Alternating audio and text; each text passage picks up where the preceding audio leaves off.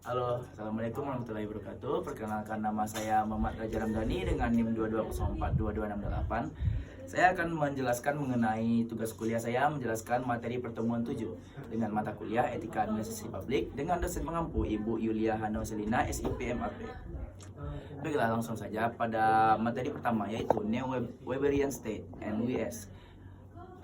Neo-Weberian State adalah model reformasi birokrasi yang muncul sebagai respon terhadap keterbatasan dan kegagalan Neo-Public Management (NPM) di berbagai negara, terutama di Eropa dan Asia.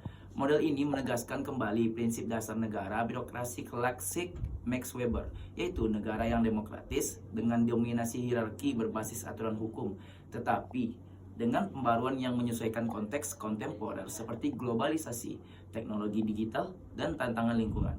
Beberapa elemen kunci Neo-Weberian State: negara demokratis sebagai kerangka pengambilan keputusan, aturan hukum sebagai prinsip tertinggi dengan birokrasi yang terbuka, partisipatif, dan dapat dipercaya oleh warga, hierarki yang bertanggung jawab, mengarahkan pasar dan jaringan melalui pendekatan wall of government. Selanjutnya, kombinasi tata kelola melalui hierarki, pasar, dan jaringan HMN governance space.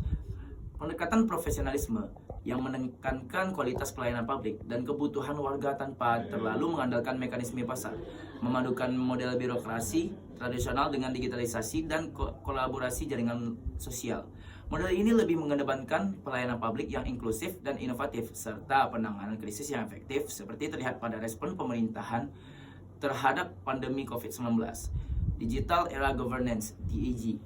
Digital Era Governance merupakan paradigma baru dalam tata kelola pemerintahan yang menempatkan teknologi digital dan jaringan sebagai pusat transformasi, birokrasi, dan pelayanan publik. Paradigma ini berkembang untuk menggantikan era NPM yang menekankan mekanisme pasar dan efisiensi. Ciri utama Digital Era Governance: yang pertama, integrasi digital dengan pelayanan publik untuk meningkatkan aksesibilitas, transparansi, dan responsivitas. Pemanfaatan teknologi informasi untuk manajemen data, pelayanan online, dan interaksi antar pemangku kepentingan.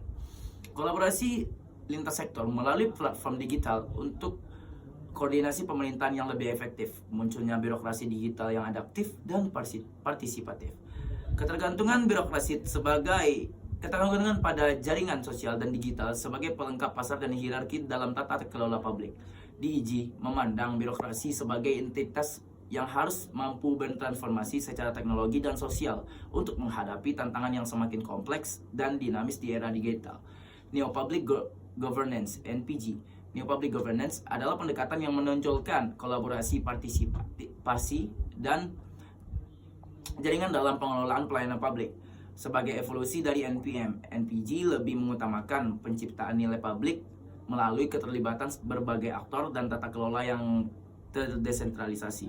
Fitur penting NPG: yang pertama, pengelolaan pelayanan publik melalui jaringan kolaboratif antara pemerintah, sektor swasta, dan masyarakat sipil. Pengambilan keputusan yang bersifat negosiasi dan partisipatif. Selanjutnya, pelibatan pemangku kepentingan dalam perencanaan dan implementasi kebijakan. Selanjutnya adalah desentralisasi dan pemberdayaan tingkat lokal dalam tata kelola. Dan yang terakhir adalah fokus pada penciptaan nilai publik bersama public value co-creation.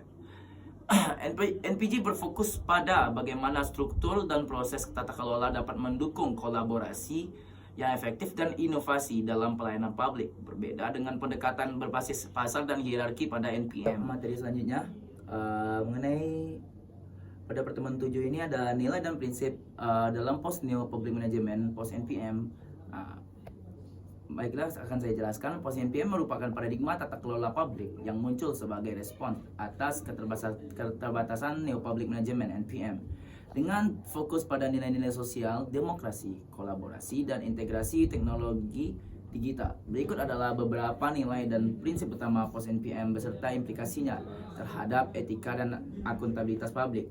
Yang pertama, kolaborasi. Dengan definisi kerjasama sinergis antara lembaga pemerintah, sektor wisata, dan masyarakat untuk menciptakan pelayanan publik yang komprehensif dan efektif.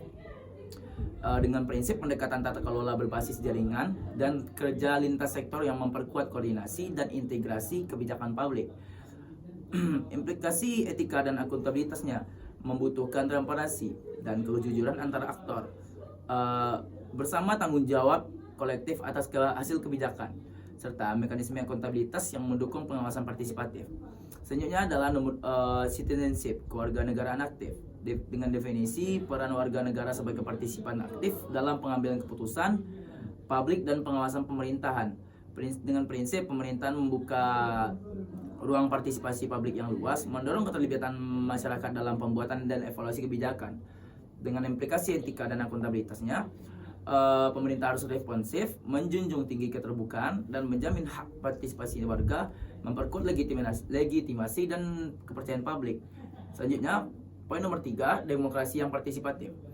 Dengan definisi penguatan mekanisme demokrasi yang tidak hanya berorientasi pada hasil output, tapi juga pada proses yang inklusif dan transparan. Dengan prinsip pengawasan politik yang kuat atas birokrasi, penguatan mekanisme akuntabilitas politik dan administratif, serta peningkatan transparansi dalam pengelolaan publik.